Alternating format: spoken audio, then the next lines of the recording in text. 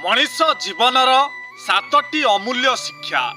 जीवन रे किपरि ज्ञानी हेबे गुरुंक ठारू शिख।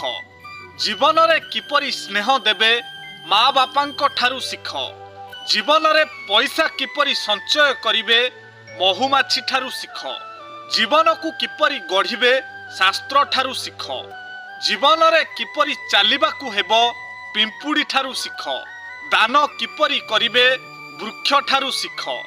आउ केतेबेले उठिबाकू हेबो कुकुड़ा ठारू शिख।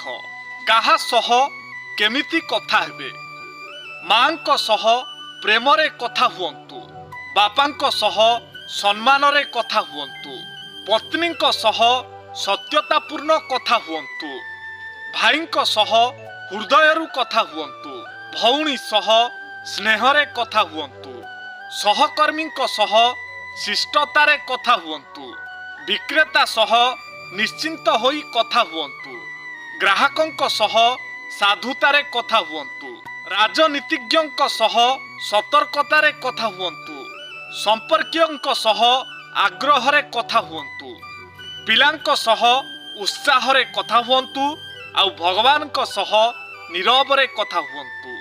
तबे एही भिडियोटी आपनकु किपरि लागिला मतामत देबाकू जमारू भूलंतु नाही। आ जदि भिडियोटी आपनकु भल लागि थाए तेबे निश्चय शेयर करंतु।